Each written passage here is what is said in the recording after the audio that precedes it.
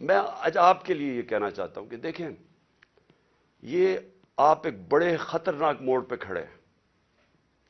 اگر میری قوم میری آواز آج سن کے آپ جو اللہ نے ہمارے اوپر حکم دیا ہوا ہے جہاد کا، جہاد ہے کیا؟ پہلے میں یہ بھی کلیئر کر دوں، ظلم کے سامنے اور ناانصافی کے سامنے کھڑا ہونا جہاد ہے۔ اللہ نے ہمارے پہ فرض کیا ہوا ہے۔ کیوں کیا ہوا ہے؟ ہماری بہتری کے لیے۔ جو قومیں رائے حق پہ کھڑی ہوتی ہیں اور انصاف کے لیے کھڑی ہوتی ہیں وہ آزاد ہو جاتی ہیں، اور انصاف کے بعد ہی خوشحالی آتی ہے۔ پہلے مدینہ کی ریاست میں عدل اور انصاف آیا، پھر خوشحالی آئی۔ نیلسن منڈیلا جو موجودہ بڑا ایک لیڈر میں مانتا ہوں، اس نے بڑی پتے کی بات کی۔ اس نے کہا اگر تم نے غربت کم کرنی ہے تو پہلے انصاف لے کے آؤ۔ چائنا نے دنیا کی تاریخ میں کبھی کسی قوم نے غربت کم نہیں کی جو چائنا نے کی ہے۔ 70 کروڑ لوگوں کو پچھلے 30-35 سال میں غربت سے نکال لیا انہوں نے، اور اسی قوم نے 450 وزیروں کو کرپشن کے اندر جیل میں ڈالا، یعنی طاقتور وزیروں کو انہوں نے قانون کے نیچے لے کے آئے۔ تو جو خوشحالی ہوتی ہے وہ انصاف کے ساتھ ہوتی ہے۔ حضرت علی کا قول ہے کہ کفر کا نظام چل جائے گا لیکن ظلم اور ناانصافی کا نظام نہیں چل سکتا۔ جدھر ہم جا رہے ہیں یہ نظام نہیں چل سکتا اور نہیں چل رہا۔ آج پوچھیں لوگوں کے حالات۔ آج کون سی قیامت آئی تھی کہ اپریل میں ہماری حکومت گئی ہے؟ 65 روپے کلو آٹا تھا، آج 135 روپے پہ پہنچ گیا یا اس سے بھی اوپر۔ کون سی قیامت آئی تھی کہ بجلی دگنی ہو گئی ہے؟ پٹرول ڈیزل دنیا عالمی مارکیٹ میں تو ان کی تیل کی قیمت کم ہے۔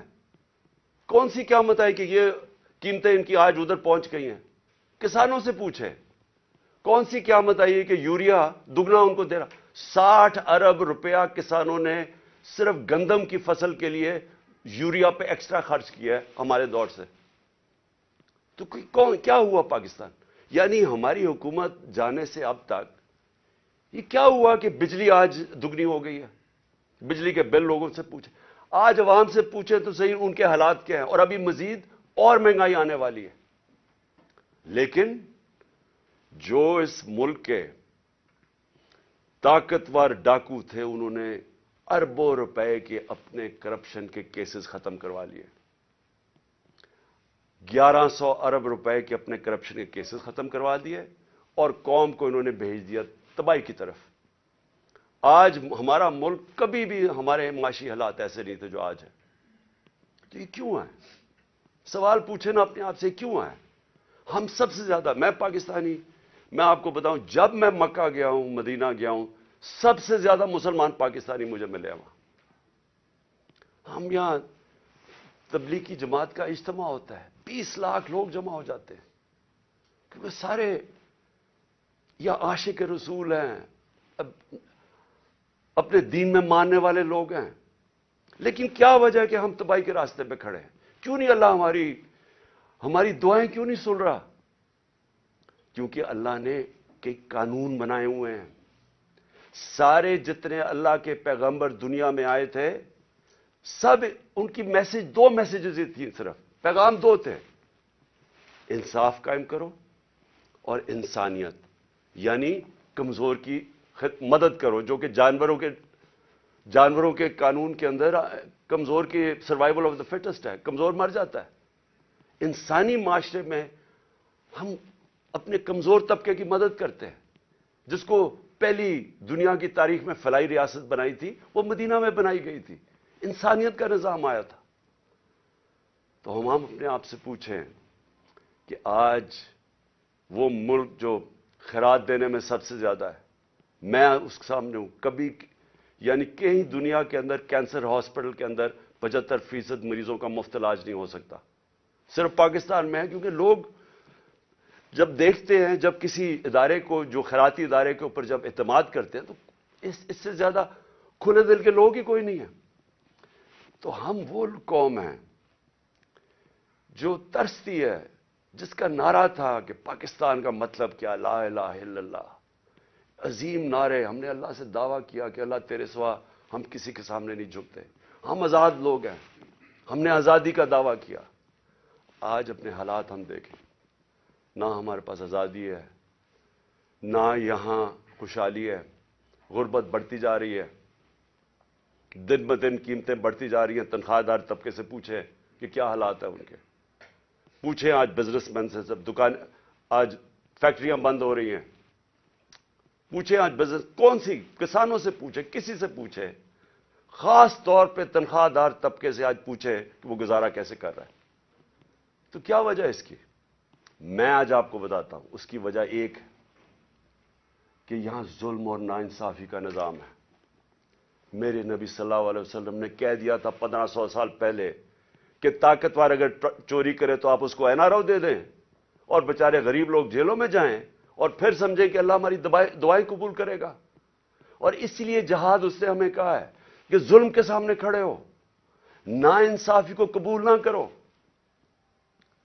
اور آج میں خاص طور پہ مخاطب ہوں اپنی پاکستان کی عدلیہ سے اور اس کے بعد پاکستان کی وکلا برادری سے. دیکھیں، اللہ نے آپ کے اوپر بہت بڑی ذمہ داری سونپی ہے. یہ وقت ہے آپ کا کہ آپ اس ملک میں رول آف لا کے لیے کھڑے ہوں. میں یہ آپ کو پورے ایمان سے کہتا ہوں کہ جس طرف یہ لے کے جا رہے ہیں، ہمیں کوئی مستقبل نہیں ہے اس ملک کا. جس طرح کے فیصلے کیے جا رہے ہیں، جس طرح کی انصاف کی اور قانون اور آئین کی دھجیاں اڑائی جا رہی ہیں، جس طرح وہ جنگل کا قانون نافذ کیا جا رہا ہے، اس طرح ہمارے ملک کا کوئی مستقبل نہیں ہے. پہلی دفعہ لوگوں کو خوف آنا شروع ہو گیا ہے. لوگ پاکستان سے امید ان کی چلی گئی ہے. 8 لاکھ لوگ ہمارے 7-8 مہینے میں پروفیشنلز، وہ طبقہ جو ایک ملک کی جان ہوتا ہے، وہ چھوڑ کے چلا گیا ہے. باہر لوگ سرمایہ کاری کے لیے نکل گئے ہیں کیونکہ امید جانی شروع ہو گئی ہے. تو اس لیے میں اپنے معزز عدلیہ، اپنے ججز سے اور اپنی وکلا کمیونٹی سے میں آج آپ سے خاص طور پہ آج اپیل کر رہا ہوں اپنے ملک کی خاطر. میں پھر سے ریپیٹ کرتا ہوں کہ اللہ نے عمران خان کو جو دے دیا ہے، میں اپنی خوابوں میں بھی نہیں سوچتا تھا کہ وہ مجھے اس طرح کی عزت دے گا. اور انسان کیا چاہتا ہے دنیا میں؟ عزت ہی چاہتا ہے. انسان کے پیسے بناتا ہے عزت کے لیے، پاور میں آتا ہے عزت کے لیے. تو جب اللہ نے اتنی عزت دے دی ہے تو مجھے اور کیا مل سکتا ہے؟ میں صرف اس وقت آپ سب کے لیے کھڑا ہوں. میری جو ساری جدوجہد ہے وہ آپ کے لیے، اور آپ کو اس کے لیے سب کو کھڑا ہونا پڑے گا. میں سارے پاکستانیوں کو کہہ رہا ہوں، آپ اگر آج نہ کھڑے ہوئے، میں آپ کو یقین دلاتا ہوں کہ آگے اندھیرا ہے. میری آواز کیوں بند کرنے کی کوشش کی جا رہی ہے؟ کیوں وہ پولیس یہ فواد چودھری کو کیوں پکڑا ہے؟ کون سا جرم کیا اس نے؟ کوئی مجھے جمہوریت میں بتائے کہ یہ جرم ہوتا ہے کہ جو اس نے اس کو منشی کہہ دیا، اس کو چیف الیکشن کمیشن. کبھی اس کے اوپر بھی کسی جمہوریت میں پکڑا جاتا ہے؟ اعظم سواتی کا کیا قصور تھا؟ کیا اس نے کہہ دیا کہ جناب ایکس آرمی چیف نے NRO 2 دے دیا؟ تو یہ سینیٹر ہے، اس کی رائے ہے. یہ باقی اس ملک کی اکثریت سمجھتی ہے کہ ٹھیک ہے. اس کو ننگا کر کے، تشدد کر کے، پھر وہ گندی ویڈیو، اور پھر اس کو پکڑ لیا، 30 FIR کاٹ دی. شہباز گل، ارشد شریف، جو ارشد شریف کی خبریں آتی ہیں کہ کس طرح اس سے کیا گیا. کیا بچہ جانتا ہے پاکستان میں کہ ارشد شریف جیسا خوددار، دیانتدار، کریڈیبل، ایک محب وطن شاید ہی کوئی صحافی آیا ہو، اس سے جو کیا ہے. اور یہ جو میرے اوپر قاتلانہ حملہ کس لیے کیا گیا؟ میں نے کون سا جرم کیا تھا؟ اور اس کے اوپر ابھی میں آتا ہوں جب میں باقی چیزیں بھی آپ کو سامنے رکھتا ہوں. لیکن میں آج اپنی قوم کو کہہ رہا ہوں کہ دیکھیں آپ کا مستقبل آپ کے ہاتھ میں ہے. آپ ہیں اللہ کے بعد اس ملک کے وارث. آپ کو اپنی تقدیر اپنے ہاتھ میں لینی پڑے گی. یہ میرا وعدہ ہے کہ جب تک میں زندہ ہوں میں اس ملک کے لیے سٹرگل کروں گا. میں کیوں سٹرگل کروں گا؟ کیونکہ میں کبھی نہیں بھولتا کہ بچپن سے مجھے بتایا گیا ہمارے بڑوں نے کہ تم خوش قسمت ہو، تم آزاد ملک میں پیدا ہوئے ہو. وہ ہمارے بڑے سارے غلام ہندوستان میں پیدا ہوئے تھے. بچپن سے یہ ہمارے میں ڈالا گیا کہ یہ کتنا خوش قسمت سارے ہم ہیں، میری جنریشن، کہ ہم تو ایک آزاد ملک میں پیدا ہوئے. میں کبھی بھی جب دنیا میں باہر گیا، کرکٹ کھیلی، بڑا ٹائم گزارا ہے، پروفیشنل کرکٹ کھیلتا تھا، کبھی میرے ذہن میں یہ نہیں آیا کہ میں پاکستان کے علاوہ کسی اور ملک میں رہ سکتا ہوں. اور میں ابھی بھی جتنی میری باقی زندگی ہے اس ملک کے لیے. میں آپ کو یقین دلاتا ہوں کہ نہ مجھے کوئی جیل سے ڈر ہے. موت میں نے اپنے اتنے قریب سے دیکھی ہے کہ اتنے قریب سے دیکھی ہے. مجھے پورا اللہ پہ اعتماد ہے. میں لا الہ الا اللہ پہ ماننے والا انسان ہوں. جب اس کا فیصلہ ہوگا، قرآن شریف کے اندر آپ پڑھ لیں، آپ نہ آگے ہوتا ہے ٹائم نہ پیچھے ہوتا ہے. اس لیے مجھے کوئی فکر کسی کی نہیں ہے. اور مجھے کوئی یہ جو ہر وقت جیل لے کے جانے لگے ہیں، مجھے اس سے کوئی فکر نہیں ہے. اور نہ ہی میں آپ سب کو کہتا ہوں آپ کو یہ جیل سے ڈرنا نہیں چاہیے. جیل کا ڈراوے جی جیل میں ڈال دیں گے، ڈال دیں جیل میں، کتنوں کو ڈالیں گے. اس لیے میری قوم، آپ کو اگر اپنے آپ کو بچانا ہے، آپ کو اللہ کے حکم پہ چلنا پڑے گا، انصاف کے ساتھ کھڑا ہونا پڑے گا. اب میں اپنی عدلیہ سے پہلے آتا ہوں. سب سے پہلے الیکشن کمیشن نے محسن نقوی کو پنجاب کا چیف منسٹر بنایا. میں پہلے الیکشن کمیشن سے سوال پوچھتا ہوں کہ کیا آپ کو نہیں پتا کہ جو آئین کا آرٹیکل 218 اس کی شق 3، کیا آپ کو نہیں پتا کہ آپ کی سب سے بڑی ذمہ داری صاف اور شفاف الیکشن کروانا ہے؟ یہ آپ کی سب سے بڑی ذمہ داری ہے. تو میں سوال یہ پوچھتا ہوں کہ کس بیسس پہ آپ نے محسن نقوی کو چنا؟ باقی نام کس بیسس پہ آپ نے ریجیکٹ کیے؟ جبکہ ہم نے وہ نام چن کے دیے جو ہم سمجھتے تھے کہ نون لیگ ایکسپٹ کر جائے گی ان کو، کیونکہ سکھیرا صاحب اس وقت کیبنٹ سیکرٹری ہیں، شہباز شریف کے کیبنٹ سیکرٹری ہیں. اس سے بعد ناصر کھوسا کا نام دیا جو ان کے پرنسپل سیکرٹری نواز شریف کے رہ چکے ہیں، شہباز شریف کے چیف سیکرٹری. یعنی وہ لوگ جو ان کو ایکسیپٹیبل ہے. ہم نے اپنی طرف سے نیوٹرل امپائر رکھنے کی کوشش کی. تو کس بیسس کے اوپر یہ محسن نقوی کو آپ لے کے آئے؟ کیا آپ اس کی بیک گراؤنڈ کا نہیں پتا تھا؟ یا شاید لگایا اس لیے تھا کیونکہ آپ کو پتا تھا یہ کون ہے؟ کیا یہ نہیں پتا کہ یہ آدمی رجیم چینج جو ہماری گورنمنٹ گرائی گئی ہے اس میں اس نے سب سے بڑا رول اس کا تھا. ایک تو اوپر کا رول تھا نا ایکس آرمی چیف کا، لیکن اس کا اس کے بعد یہ ان چند لوگوں میں سے تھا جو سب سے زیادہ یہ بھاگ دوڑ کی اس نے ہماری حکومت گرانے کے لیے. کیا یہ آصف زرداری کے ساتھ سندھ ہاؤس جدھر پیسے چلے تھے یہ وہاں نہیں تھا؟ کیا آصف زرداری اس کو اپنا بیٹا نہیں کہتا؟ کیا اس کا جو چینل ہے لوگوں کو نہیں پتا اس کی چینل کا کس کے بار بار جو پروپیگنڈا ہمارے اگینسٹ کب سے کر رہا ہے؟ اور پھر سب سے بڑی بات کہ جو آج نیب کے چیئرمین ہیں آفتاب سلطان، نیب کے چیئرمین آفتاب سلطان نے اسی محسن نقوی کے اوپر انویسٹیگیشن کی تھی. یہ انویسٹیگیٹنگ آفیسر تھے اور ان کی ریکمنڈیشن پہ انہوں نے 35 لاکھ روپیہ نیب کو واپس کیا تھا. تو میں الیکشن کمیشن سے پوچھنا چاہتا ہوں کہ کوئی اور آپ کو نہیں ملا کہ صرف چن کے آپ وہ آدمی لے کے آئے ہیں جو کہ ہمارا سب سے خلاف تھا؟ اور اس نے آتے ساتھ ہی کیا کیا؟ یہ جو اب فواد چودھری کا ہوا ہے 3 دفعہ، اور میں جج صاحب کو سلام کرتا ہوں، 3 دفعہ انہوں نے کہا کہ فواد چودھری کو طلب کیا عدالت میں، اور تینوں دفعہ نہیں اس عدالت میں پریزنٹ کیا گیا. تو کیا یہ محسن نقوی یہ اس کی پہلی آتے ساتھ ہی اس نے اپنے کارنامے دکھا دیے ہیں. اس کے بعد اس نے جو اس نے اپوائنٹمنٹس کی ہیں, کیا یہ فری اینڈ فیئر الیکشن ہو رہا ہے کہ سارے وہ پولیس آفیسر جنہوں نے ہمارے اوپر تشدد کیا تھا 25 مئی کو, ان ساروں کو واپس لے آیا؟ ایڈوکیٹ جنرل آفس کے اندر وہ سارے لوگ جو کہ حمزہ شریف کے دوران تھے ان کو واپس لے آیا؟ کیا یہ صاف اور شفاف الیکشن کی تیاری ہو رہی ہے؟ کیا اس کو کہتے ہیں ایک neutral caretaker set up? Caretaker set up کا تو مطلب ہی یہ تھا کہ ایک نیوٹرل امپائر آئے گا. کیا یہ نیوٹرل امپائر ہے؟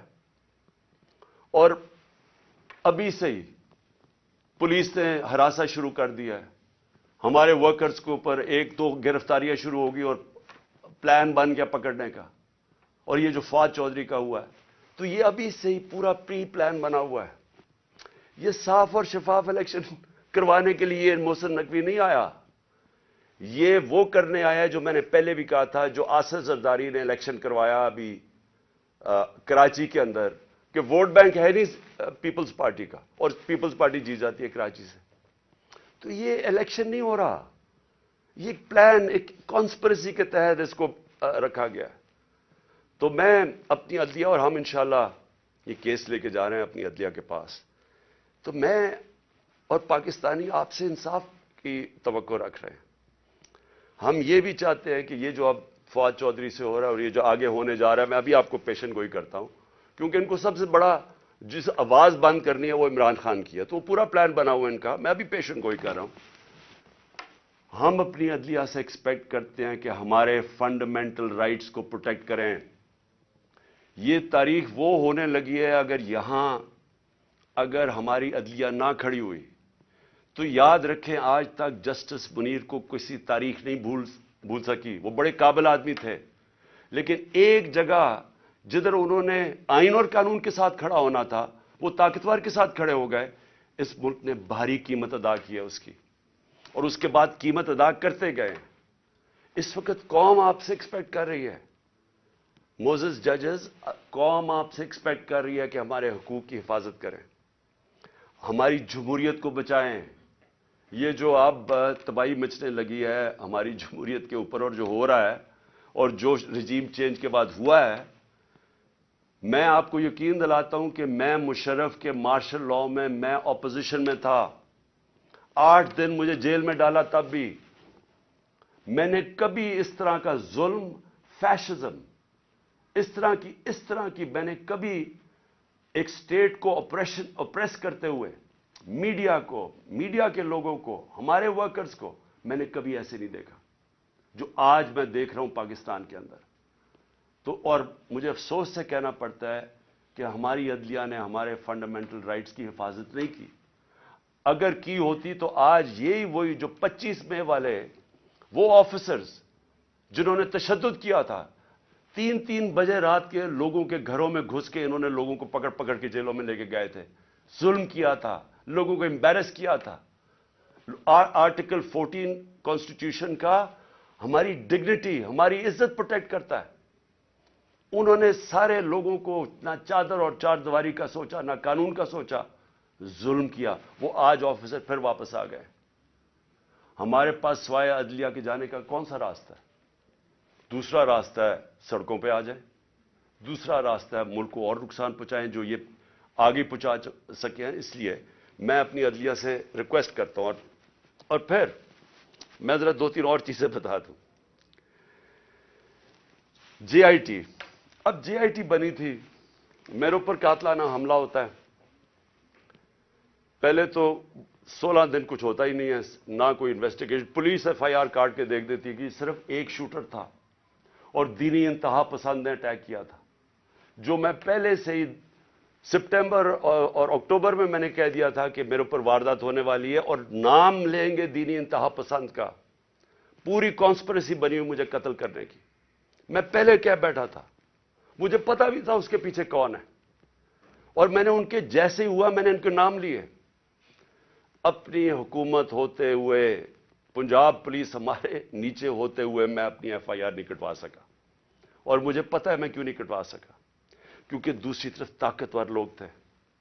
اور ہماری ملک کی تاریخ ہے کہ جب طاقتور کا کمزور سے مقابلہ ہوتا ہے تو انصاف نہیں ہوتا. تو لیکن جو جے آئی ٹی کی رپورٹ ہے یہ ذرا سننے والی چیزیں ہیں. اور پھر کیسے اس جے آئی ٹی کو آپ آتے ساتھ ہی حکومت نے پہلی چیز کی ہے جے آئی ٹی بند کی ہے. یہ کس قانون کے تحت کی ہے؟ جے آئی ٹی تو پنجاب کی جے آئی ٹی تھی. فیڈرل گورنمنٹ تو جے آئی ٹی نہیں بنا سکتی. اور جے آئی ٹی کی فائنڈنگز جو فائنڈنگز سامنے آئی ہیں ذرا یہ سن لیں, اس کی وجہ سے یہ بند کی گئی ہے. میں ذرا آپ کو بتانا چاہتا ہوں ساری قوم کو کہ میرے اوپر جو حملہ ہوا تھا جب انہوں نے ایف آئی آر کٹائی پولیس نے, میری نہیں کاٹی, انہوں نے کہا تھا ایک شوٹر ہے. ذرا آپ یہ سنیں, اب تک جے آئی ٹی نے جو عدالت میں جو رکھ چکی ہے, جو عدالت میں چیزیں رکھ چکی ہیں وہ ذرا سنیں. سب سے پہلے انہوں نے یہ کہا جو کہ ڈی پی او گجرات تھا غضنفر حسین اور ایس ایس پی ندیم حسین جو سی ٹی ڈی لاہور تھا, دونوں پنجاب گورنمنٹ کے نیچے تھے. ان دونوں نے آڈیو یعنی ٹیپس کی, اس کی وہ جو شوٹر تھا اس لڑکے کی انہوں نے ٹیپس بنائی.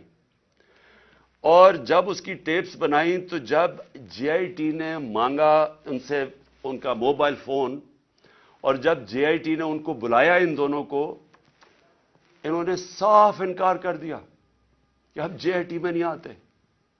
کون تھا ان کے پیچھے جو اتنا طاقتور تھا اور جس کو خوف تھا کہ کہیں جے آئی ٹی میں سچ نہ نکلا ہے؟ ان کو روک دیا. پھر ذرا آگے چلیں. اس کے بعد جب جو سیکنڈ جو دوسری ویڈیو بن رہی تھی, وہ نوید جو شوٹر تھا اس کی سی ٹی ڈی میں جب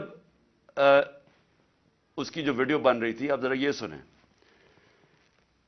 رپورٹ لکھتی ہے جے آئی ٹی کے 4 سے 5 جو نامعلوم لوگ وہاں موجود تھے. وہ کون تھے؟ پولیس سی ٹی ڈی کے اندر اس کی بنایا جا رہا ہے اس کا سیکنڈ ویڈیو, اور وہ بھی اس کی کون سا قانون اجازت دیتا ہے کہ پولیس ویڈیوز بنا کے ریلیز کرتی رہے میڈیا کو. لیکن وہاں جو سب سے زیادہ چیز ہے 4 اور 5 وہ جے آئی ٹی کہتی ہے نامعلوم لوگ وہاں بیٹھے ہوئے تھے. یہ کون تھے؟ پھر اسٹیبلش ہو جاتا ہے 3 طریقوں سے. آئی وٹنسز جو گواہ دیکھتے ہیں وہ شوٹر کو 3, ایک فورینزک کے ذریعے, اور ایک پھر فورینزک کے ذریعے یعنی کہ جو خول ملے تھے ان کی گولیوں کے, وہ 3 جگہ سے ملے. اور کرائم سین رپورٹ جو تھی, ان سب نے ثابت کیا کہ 3 شوٹر تھے. یعنی جو انہوں نے رپورٹ بنائی تھی کہ صرف ایک دینی انتہا پسند نے قتل کرنے کی کوشش کی, اس کو سب کو رد کر دیا. اس لیے یہ آتے ساتھ ہی انہوں نے جے آئی ٹی بند کی, کیونکہ میں نے نام تو ایک شہباز شریف کو رانا ثناء اللہ کا لیا ہوا ہے, اور وہی بیٹھے ہوئے ہیں فیڈرل گورنمنٹ میں, اور انہوں نے آ کے انہی کے نیچے اب جے آئی ٹی بنے گی. اس لیے میں نے پہلے دن کہا تھا کہ چیف جسٹس صاحب آپ کے نیچے اگر انکوائری ہوگی تو شاید انصاف ملے. ان کے ہوتے ہوئے, اور وہ جو ایجنسی کا آفیسر ہے ڈرٹی ہیری, مجھے کوئی امید انصاف کی نہیں تھی. اور وہ آپ ذرا دیکھیں کہ جو اس جے آئی ٹی نے جو چیزیں بھی نکالی اس کے اوپر بھی ذرا دیکھیں کہ انہوں نے کس طرح اس کو بند کرنے کی کوشش کی. پھر یہ ثابت ہو گیا کہ جو لڑکا نوید تھا وہ کوئی دینی انتہا پسند نہیں تھا, اور اس کو ٹریننگ دی گئی تھی پسٹل شوٹنگ کے اندر. کوئی پسٹل شوٹنگ ایسے نہیں کرتا کہ سیدھی ایسے ریپڈ فائر کرے, وہ ٹرینڈ تھا. اور جو 5ویں چیز سامنے آئی, 4 جے آئی ٹی ممبرز کے اوپر پریشر ڈالا گیا. کس نے ڈالا؟ اور انہوں نے اپنی چینج کی رپورٹ, جو عدالت میں جو تھی رپورٹ, اس کی فائنڈنگ چینج کر دی. اور پھر کیا ہوتا ہے, جو پروسیکیوٹر جنرل ہے,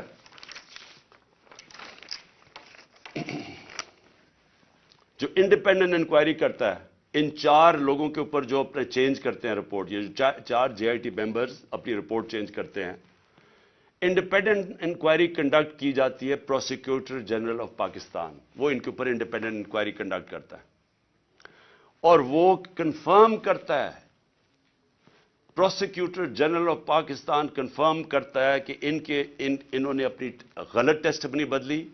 3 شوٹرز تھے, اور اس نے ریکمینڈ کیا کہ ان کے اوپر کرمنل پروسیڈنگز کی جائیں.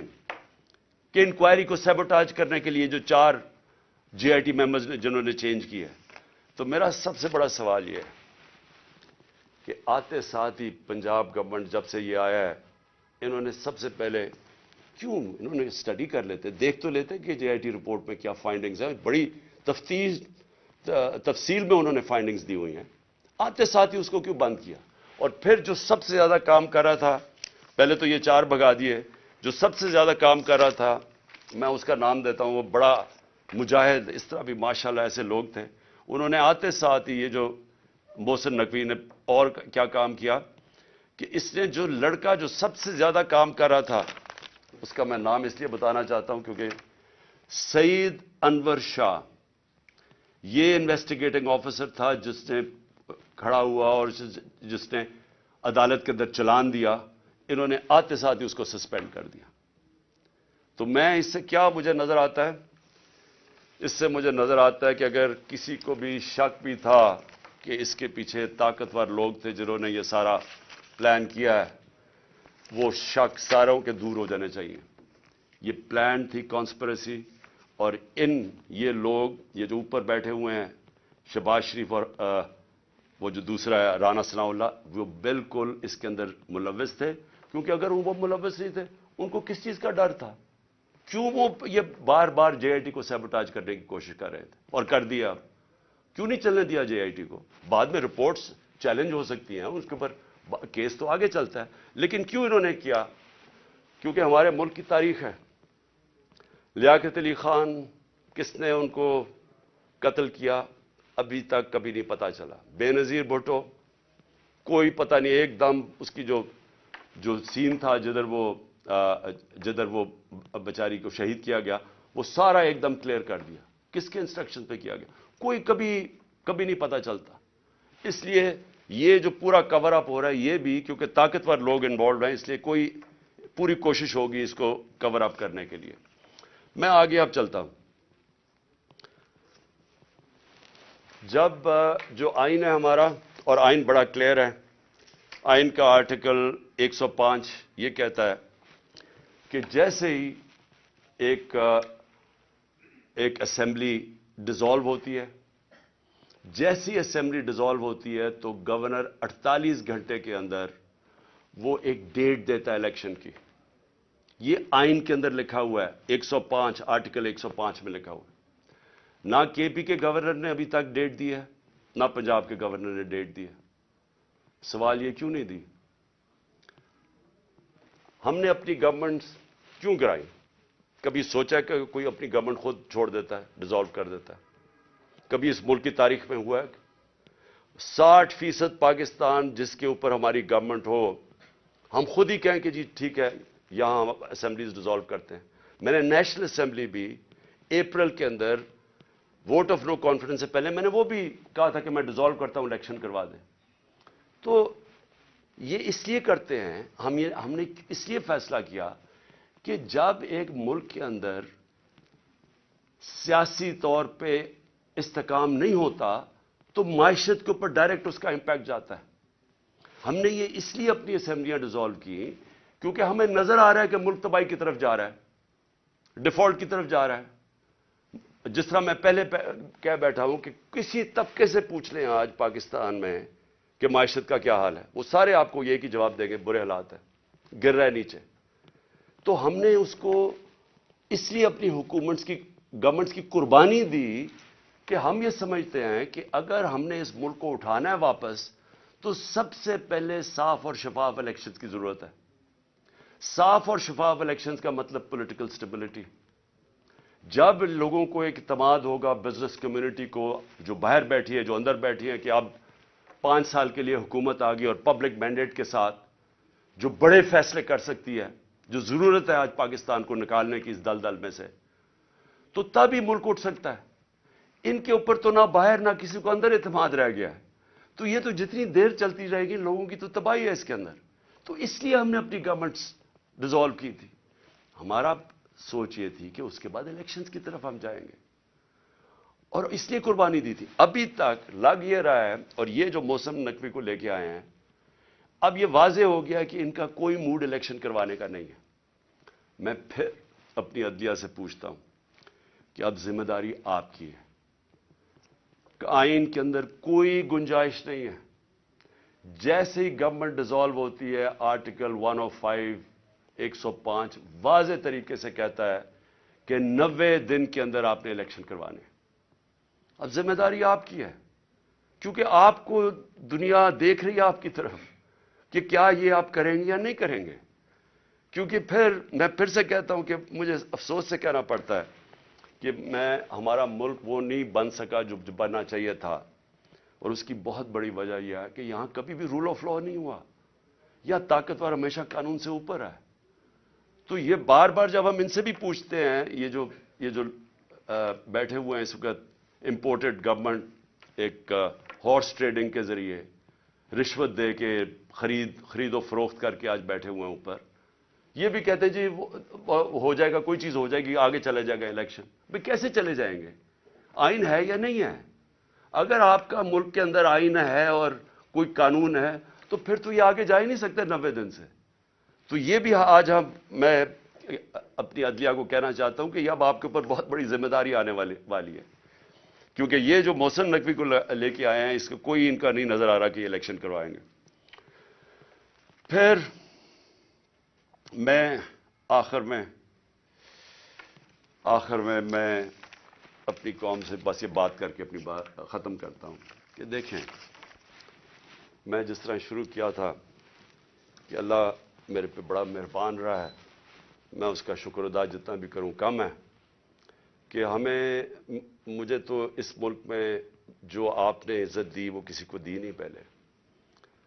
لیکن میں ایک چیز جانتا ہوں کہ میں کسی صورت اگر کسی کا خیال ہے کہ میں ان چوروں کے نیچے مان جاؤں گا ان کی غلامی, میں واضح کر دوں کہ آخری گیند تک لڑوں گا, آخری اپنی سانس تک ان کا مقابلہ کروں گا.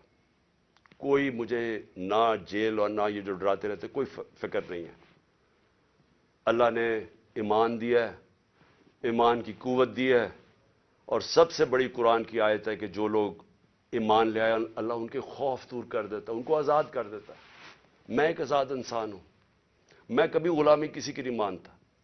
میں لا الہ الا اللہ میرے دل میں ہے. میں نے اللہ کے سامنے دعویٰ کیا ہوا کہ اللہ تیرے سوا کوئی خدا نہیں ہے. کوئی خوف کے بت کی میں پوجا کرتا نہیں, اور نہ آپ کو کرنی چاہیے. کیونکہ میں ایک مثال دیتا ہوں ہمیشہ لوگوں کو, کیونکہ اسلام کی تاریخ آپ پڑھیں تو جو سب سے دردناک اور تکلیف دہ واقعہ وہ ایک ہی ہے. جس طرح حضرت امام حسین کی شہادت ہوئی, اور میں ہمیشہ یاد کراتا ہوں لوگوں کو کہ کوفہ کے لوگوں کو انہوں نے تو بلکہ دعوت دی تھی امام حسین کو, ان کو پتا تھا وہ رائے حق پہ ہے, ان کو پتا تھا کوفہ کے لوگوں کو, لیکن یزید کے خوف کے ظلم کے خوف کی وجہ سے انہوں نے اتنا بڑا سانیہ ہونے دیا اسلام میں. آپ بھی یہ خوف کا بت توڑ دیں, میری طرح آزاد ہو جائیں, اور کسی صورت ان کو نہ قبول کریں. مجھے جو صرف ایک افسوس ہے کہ میں جب سیاست شروع کی تھی 26 سال پہلے, تو میں یہ سمجھتا تھا کہ 2 طرح کے طبقے پاکستان میں ہیں. ایک وہ طبقہ ہے چھوٹا سا جو اس ملک کا پیسہ چوری کر کے باہر لے جاتا ہے, ان کے پاس اربوں ڈالر باہر پڑے ہیں, بڑے بڑے پراپرٹیز, مے فیئر سب سے مہنگے علاقے میں لنڈن میں پراپرٹی ہے, بیٹا ون ہائیڈ پارک وہ سب سے مہنگا علاقہ ہے, آف شور اکاؤنٹس میں ان کے پیسے پڑے ہوئے ہیں. تو میں ان کو تو پاکستان نیچے جاتا ہے, ان کو کیا ہوگا, جب مشکل پڑتی ہے جہاز پکڑ کے باہر چلے جاتے ہیں. تو ایک ایسا طبقہ چھوٹا سا بیٹھا ہوا ہے, ہر وقت پیسہ اس ملک سے چوری کر کے باہر لے جاتا ہے. ٹیکس بزنس مین ہے, ٹیکس چوری کیا وہ باہر. ریل اسٹیٹ کے اندر بیٹھے ہوئے لوگ جیسی پیسہ بنتا ہے حوالے ہنڈی سے پیسہ باہر. تو ان کو کوئی تکلیف نہیں ہے کہ پاکستان نیچے جاتا یا نہیں, ان کو تکلیف نہیں ہے کہ ہم غلامی کریں, کبھی کسی کی غلامی جو آج تک کرتے آئے ہیں, ان کو فکر نہیں ہے, کیونکہ ان کا سٹیٹ پاکستان میں نہیں ہے. اور اس لیے میں ان کے خلاف نکلا تھا آج سے 26 سال پہلے, اور اس لیے جب تک میرے میں سانس ہے میں ان کا مقابلہ کروں گا. لیکن ایک دوسرا طبقہ جن کا جینا مرنا پاکستان میں، وہ اکثریت اس ملک کی عوام ہے، اور اس ملک کے وہ ادارے ہیں، وہ ادارہ جس کو پتا ہے کہ اگر یہ ملک کی معیشت نیچے جاتی ہے تو سب سے پہلے نقصان اس ادارے کا ہے۔ آج سری لنکا کے اندر آئی ایم ایف نے حکم دیا سری لنکا کو کہ اپنی جو سری لنکا کی فوج ہے اس کا آدھا کرو۔ مصر کے اندر آئی ایم ایف نے حکم دیا ہے کہ اپنی فوج کی فضول خرچیاں کم کرو۔ تو کیا وہ جب ہم جو یہ امپورٹڈ حکومت ہمیں اپنے گھٹنوں پہ لے آئی ہے، اپریل میں پاکستان کے ادھر کھڑا تھا، صرف اکنامک سروے آف پاکستان آپ دیکھ لیں، اور آج کے ادھر ہے، تو کیا وہ جو اب ہمارے سے قیمت ادا کریں گے، کیا ہماری طرح کے جو سمجھتے ہیں کہ ہم ایک آزاد ملک میں رہنا چاہتے ہیں، کیا ہماری آزادی خطرے میں ہوگی یا نہیں؟ تو میں یہ ہمیشہ سمجھتا تھا کہ یہ ادارے کبھی بھی ان لوگوں کے ساتھ نہیں ہوں گے جو یہ ملک کا پیسہ چوری کر کے باہر لے کے جاتے ہیں۔ اور مجھے بڑا افسوس سے کہنا پڑتا ہے کہ ہماری حکومت ہٹا کے ان لوگوں کو بیک کیا گیا جو اس ملک کو 30 سال سے لوٹ رہے تھے۔ چھوڑیں کہ میں کیا کہتا ہوں، صرف انٹرنیشنل میڈیا ان کے متعلق کیا کہتا ہے۔ آج تو ٹیلی فون ہے، اپنا گوگل کر لیں کہ ان دونوں بڑے خاندانوں کے اوپر انٹرنیشنل میڈیا کیا کہتا ہے۔ ان کے خلاف ہماری اسٹیبلشمنٹ نے، ہماری ایجنسیز نے کیا کیا چیزیں نکالی ہوئی ہیں ان کی چوری کے اوپر۔ تو مجھے حیرت یہ ہوئی کہ رجیم چینج کے بعد ان کے ساتھ کیسے کھڑے ہو گئے، وہ ادارہ جس کا سب سے زیادہ سٹیک ہے کہ پاکستان ایک طاقتور ملک بنے، کہ اگر ایک ملک کی معیشت نیچے جاتی ہے تو ہمیں سوویت یونین کی مثال ہے کہ وہ ملک ٹوٹ گیا، تکڑی ترین فوج تھی لیکن ملک ٹوٹ گیا کیونکہ معیشت نیچے چلی گئی۔ تو ان کے نیچے جو انہوں نے 30 سال سے یہ ملک سے کر رہے ہیں، مجھے ابھی تک نہیں سمجھ آ رہی کہ کیسے وہ ادارے ان کے ساتھ کھڑے ہو گئے۔ میں آخر میں اپنی ساری قوم کو کہنا چاہتا ہوں کہ اپنی تقدیر اپنے ہاتھ میں لیں۔ آپ کا مستقبل، آپ کے بچوں کا مستقبل آپ کے ہاتھ میں ہے۔ آپ یہ اگر ظلم نہ، آپ کے پاس اب 2 راستے آ گئے، ایک تباہی کا راستہ ہے، ایک مشکل راستہ ہے، جدوجہد کا راستہ ہے، لیکن پاکستان کی عظمت کا راستہ ہے، اور مجھے امید ہے کہ آپ صاحب صحیح فیصلہ کریں گے۔